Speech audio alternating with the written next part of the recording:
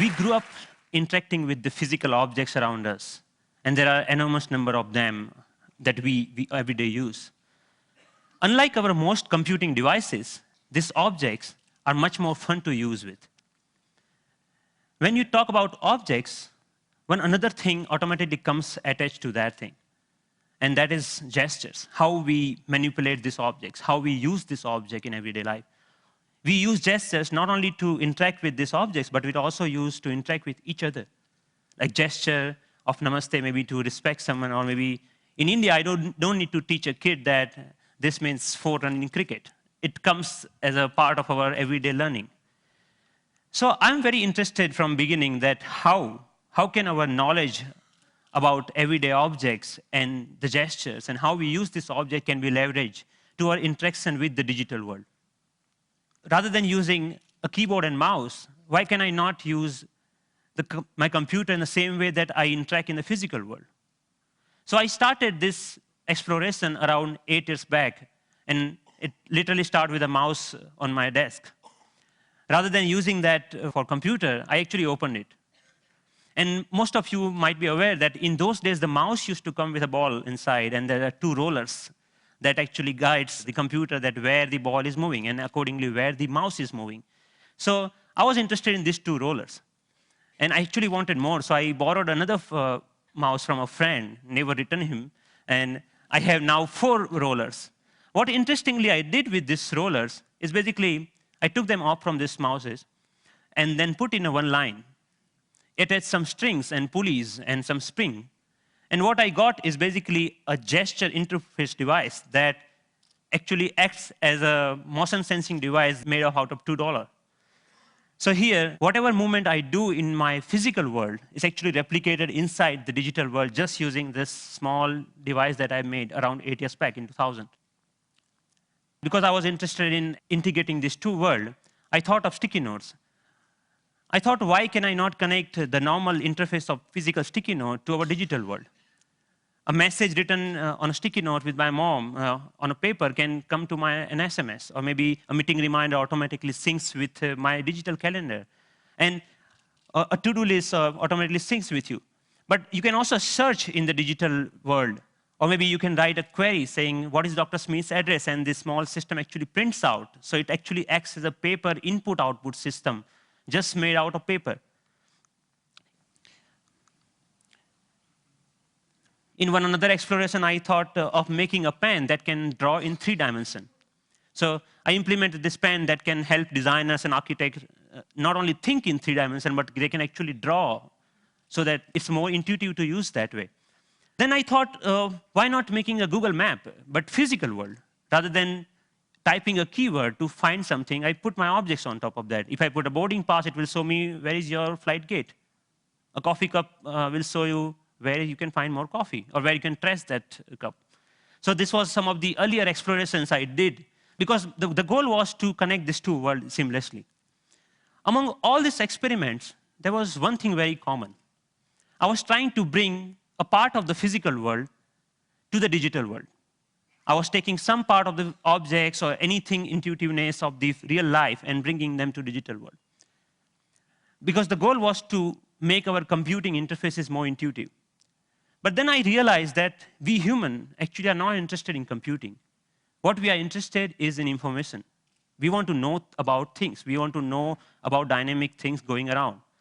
So I thought about last year, in the beginning of the last year, I started thinking that why can I not take this approach in reverse way?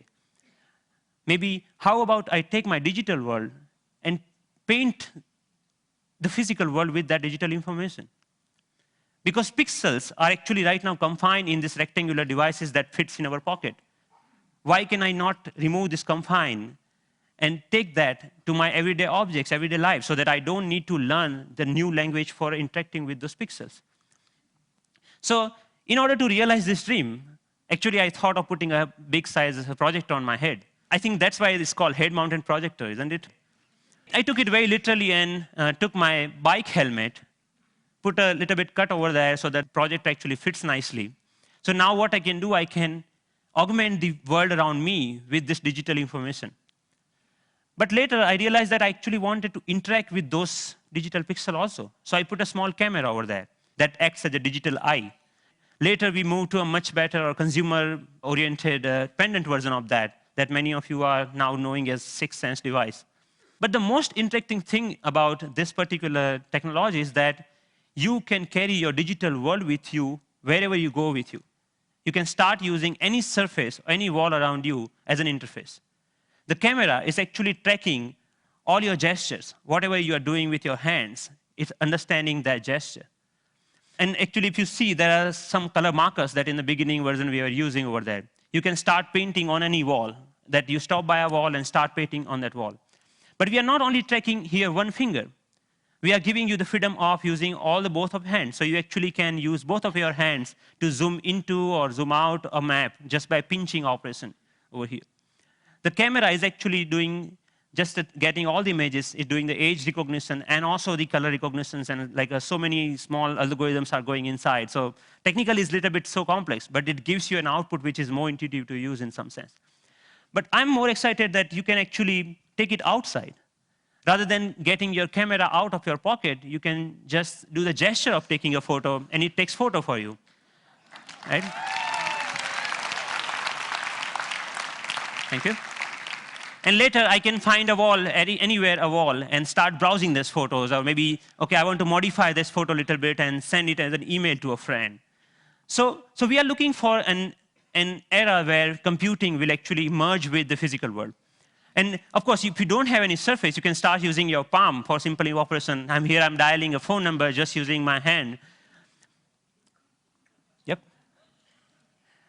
The camera is actually not only understanding your hand movements, but interestingly, is also able to understand what objects you are holding in your hand. What we are doing here is actually, for example, in this case, the book cover is matched with so many thousands of, or maybe millions of books online, and checking out which book it is. Once it has that information, it finds out more reviews about that, or maybe New York Times had a sound overview on that, so you can actually hear on a physical book as a review of a sound. Gave a famous talk at Harvard University.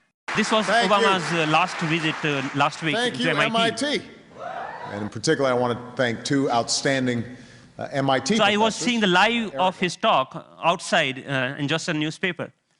Your newspaper will show you live of your weather information rather than having updated like you have to check your computer in order to do that, right?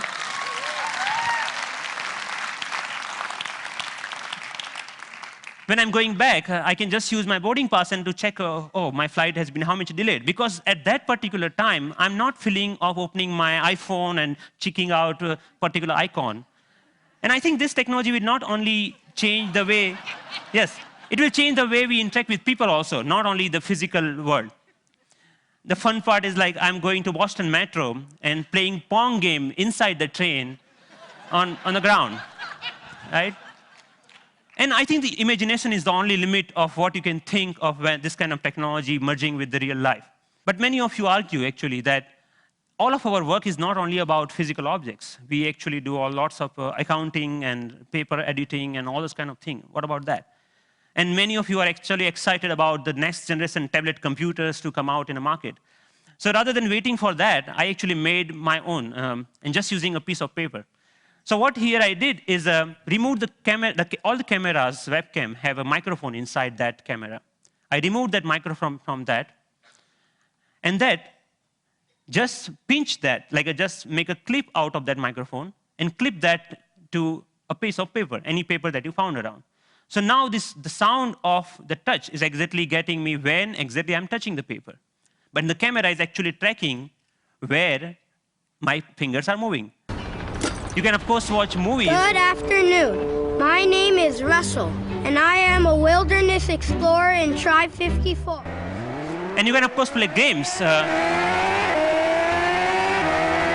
Here, the camera is actually understanding how you're holding the paper and playing the car racing game.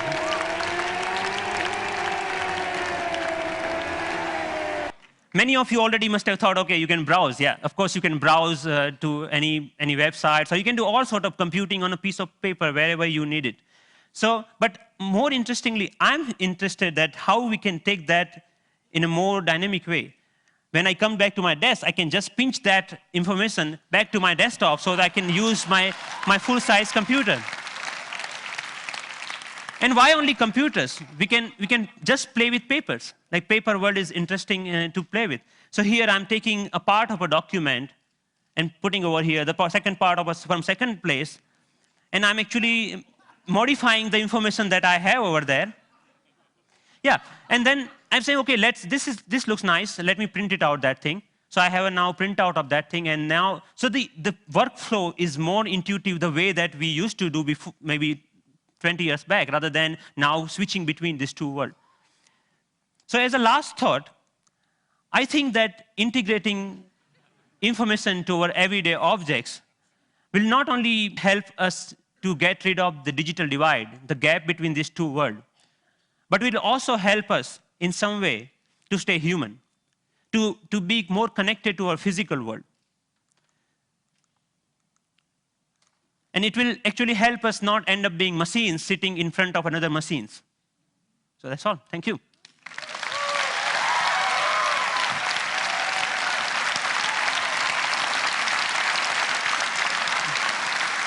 Thank you. Thank you. Thank you. Thank you. Thank you. So Pranav, first of all, I mean, you're a genius. This is incredible, really. Thanks a lot. What are you doing with this? Is there a company being planned, or is this research forever, or what? So there are lots of companies, actually sponsored companies of Media Lab, are interested in taking this ahead in one or the way. The companies like mobile phone operators want to take this in a different way than the NGOs in India are thinking that why can we only have sixth sense? We should have a fifth sense for missing sense people who cannot speak. Maybe this technology can be used for them to speak out in a different way, maybe speaker system. I mean, what are your own plans? Are you staying at MIT, or are you going to do something with this? I'm trying to make this more available to people so that anyone can develop their own sixth sense device, because the hardware is actually not that hard to manufacture or something, hard to make your own. And I will provide all the open source software for them, maybe starting next month. Yeah. So that, open source? Wow. Yes. Wow.